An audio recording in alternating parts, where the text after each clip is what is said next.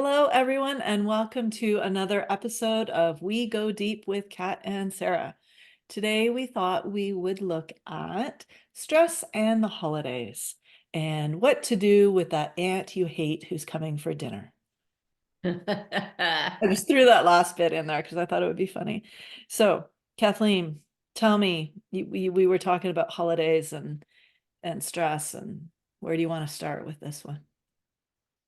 I was thinking how it's almost this, I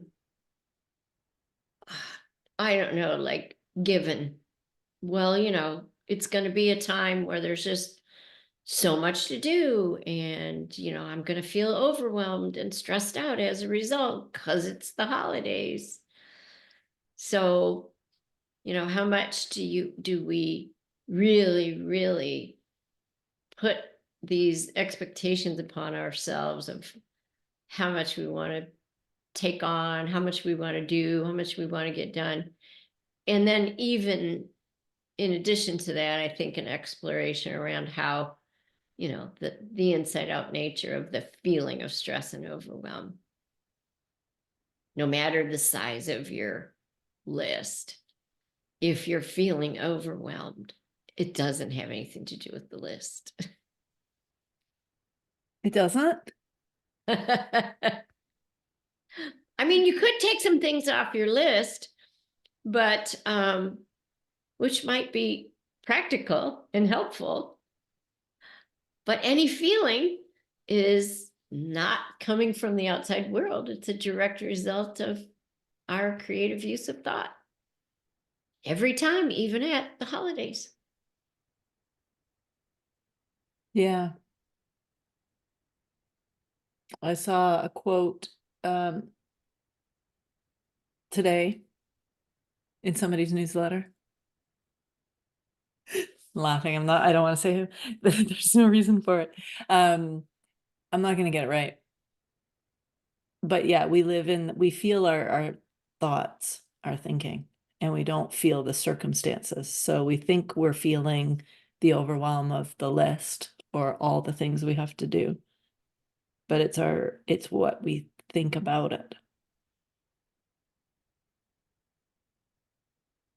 Only 100% of the time.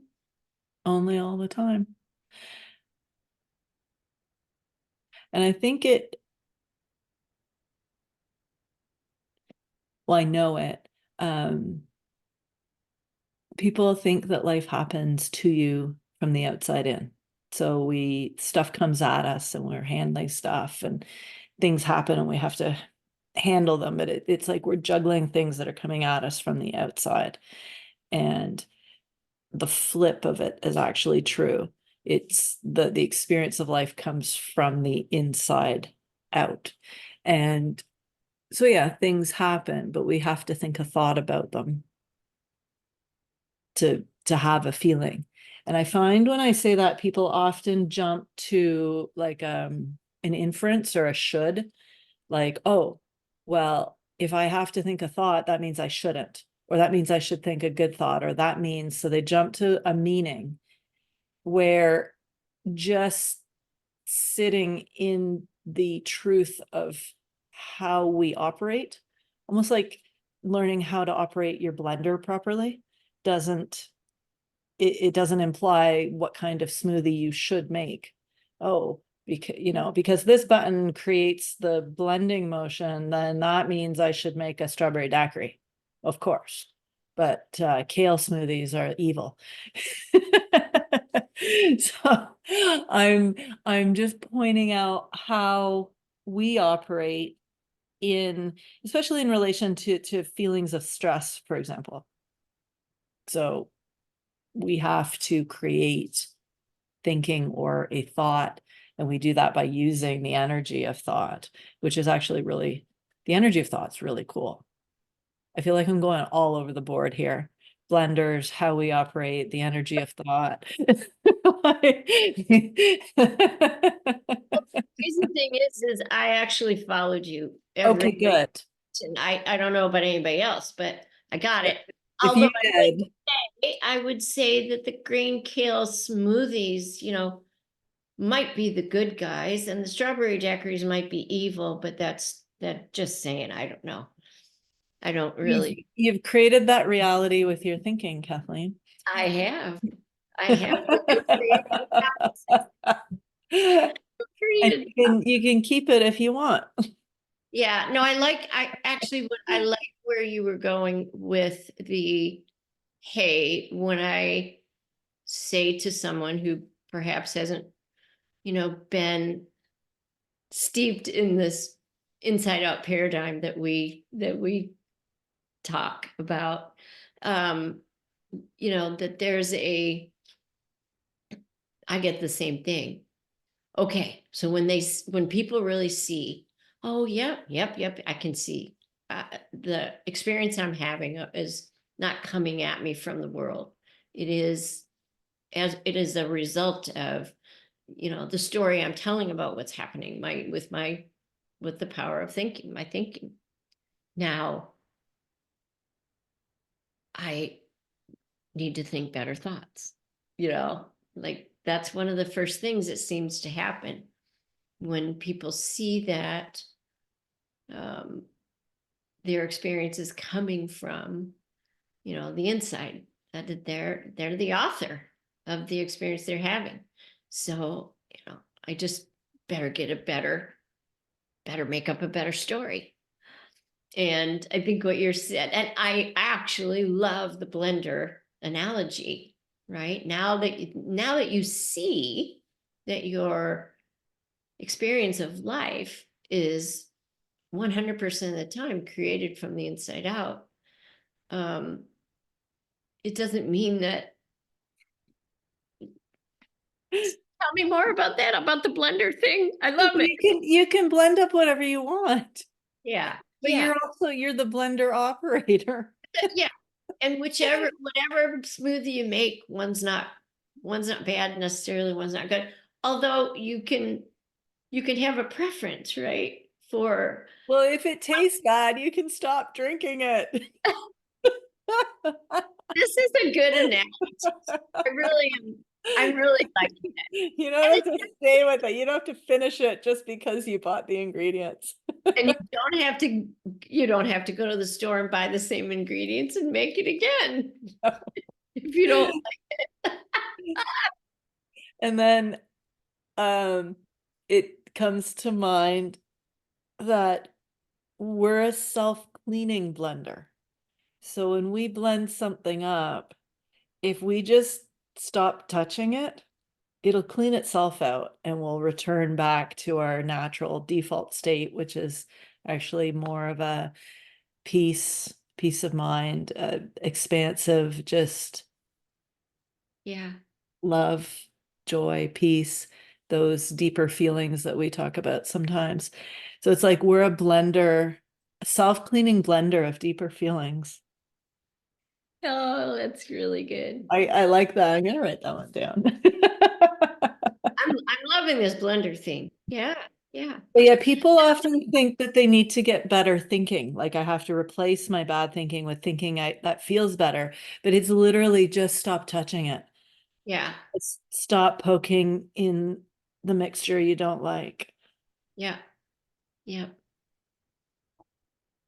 Yeah. It's that simple. Because And our system cleans. Sorry, I've interrupted you twice. So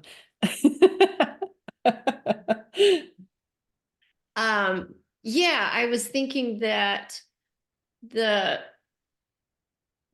going with the smoothie that tastes bad, like eventually you just kind of get tired of the taste of it. And if you understand that you're the one making it, sometimes it all of a sudden you wake up one day and you stop making it without really having to come up with some 10-step strategy.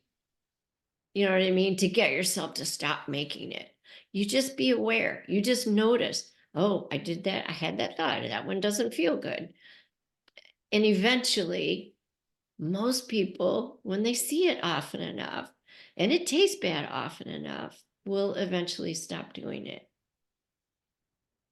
unless we pile more thinking on top of it. And because I've done that, you know, through, I don't know, analysis and thinking that says like, no, I need to be a better person, so I don't choose those ingredients when I'm at the grocery store. Are we going too crazy with this blender analogy? I think the analogy is still holding, maybe by like a little thread, but yeah. I think a lot of what we do to help to when people see that they're feeling their thinking and they think they have to do something about it, we're actually impeding our natural system that clears it out. Just because that natural system takes a bit of time for us to settle, for us to, like muddy water, it takes a bit of time to settle the silt down to the bottom. And if we're constantly going in there and mixing it up a little bit, whether it's with additional thinking, guilt thinking, I shouldn't have thought that. Oh, why did I think of that again? Or going in there with techniques to try and, okay, I'm going to do 10 affirmations. I'm going to do these 7 steps. I'm going to do this. We're still muddying up the waters. And we think we're cleaning out ourselves. But if we just leave it alone, we'll clean ourselves out. But, naturally, the system will do its job better than we ever could. Yeah. Yeah. And then there's the understanding of who we really are, which is filled with contentment and peace, and we have access to that. We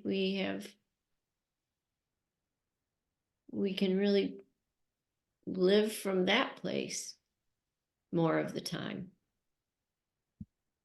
And sometimes, and that comes with the feeling. That's very beautiful. And sometimes that's one way to have a different experience of stress and overwhelm. Just by remembering that, we aren't that.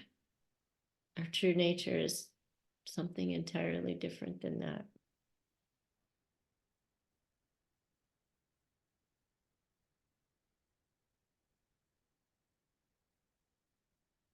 I had an image of a blender being left alone, and it bubbles up joy, peace, and love, and overflows with joy, peace, and love if you just let it settle for long enough.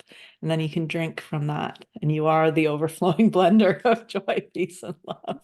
The blender that becomes a fountain. But yeah, that is our nature. Yeah. And then when you're in touch with that, stress doesn't actually exist, which I find that very fascinating. It can go from looking so real and so big and in your face to like, doesn't even exist. I made it all up. Mm-hmm. It's fascinating. I'm really good at making things up. I'm also good at letting them go Mm-hmm. or letting them settle. Yeah.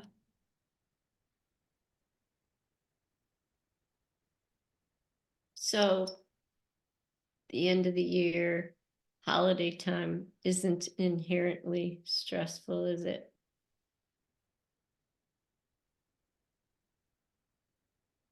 Not inherently, because nothing is inherently stressful. It is commonly experienced as stress. Mm-hmm. Was it last Christmas? Yes. I'm asking myself. It was my whole extended family at Christmas dinner, and I was feeling this rising stress because my mom's doing that thing she does, and my brother's saying that stuff she does, and the kids are yelling and whatever. None of it actually mattered. But so I was feeling this rising agitation and stress and blah, blah, blah, blah, blah. And all of a sudden I could see how I was creating my feeling, because I was creating, like taking the formless thought and creating it into that form. And I'm feeling what I'm creating.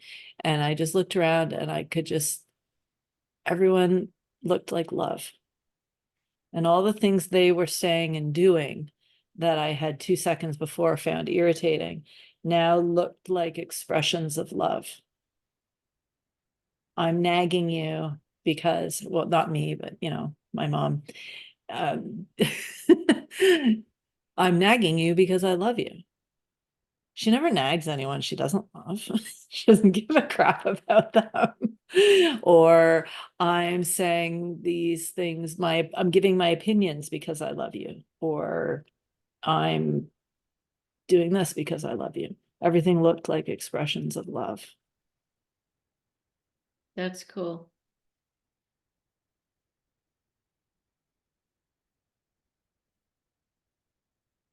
Yeah, I had a similar experience. I think I might have talked about it here, but it's really similar where I was at my mom's apartment and she was in the other room, and her and I was standing next to her boyfriend, and they were, kind of yelling back and forth. And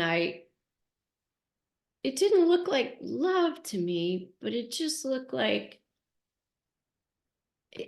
I was standing in front of him and he appeared to me as love, even though these shitty words were coming out of his mouth.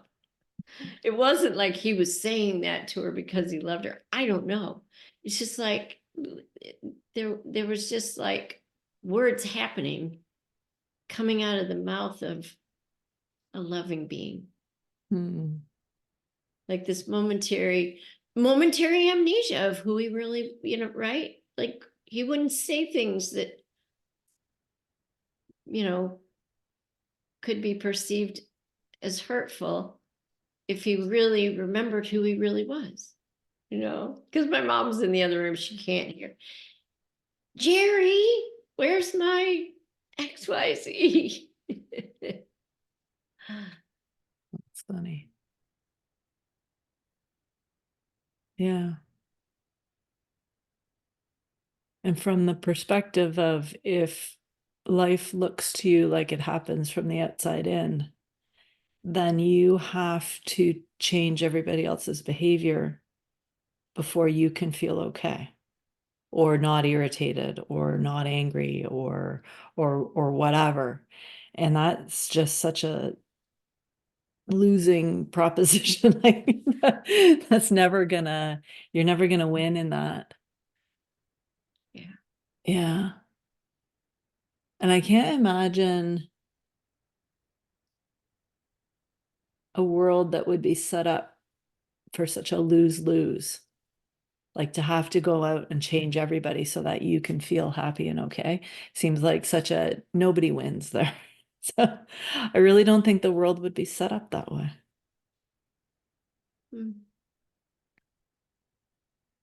It seems really obvious to me that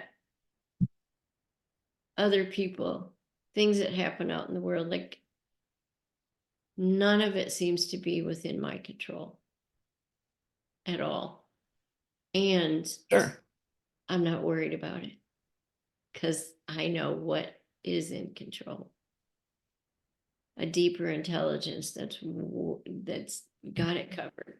Way, way smarter than little old me.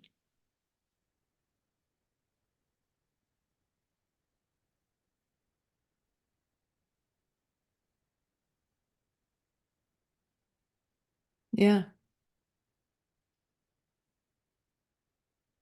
But my experience of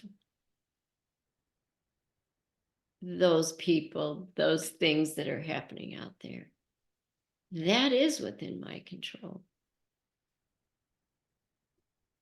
But back to what we were talking about earlier, it's not really necessarily doing anything. seeing how we create our experience, and then, you know, not making more bad tasting smoothies. Like, we can stop doing that. Even if we've been doing it for a long, long, long time. We can stop doing that. Yeah, I really think it's all just noticing from the perspective of knowing where it's coming from. Like if you know the source of the feeling being your use of thought, that's all. That's it. And then our system self cleans. Yeah. Yeah. And then we get the blender full of love. Yeah. It might take a bit.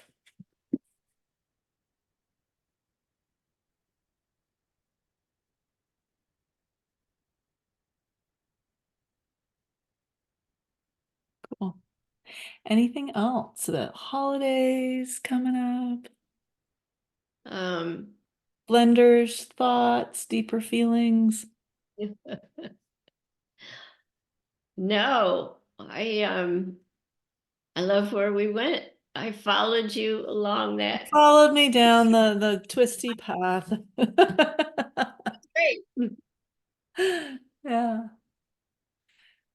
People are kind of amazing. People are. They're kind of amazing. Yeah. Cool. All right. Well, happy holidays to everyone and hope you have a good rest. And I guess we will talk to you again in January. We'll talk to you all next year.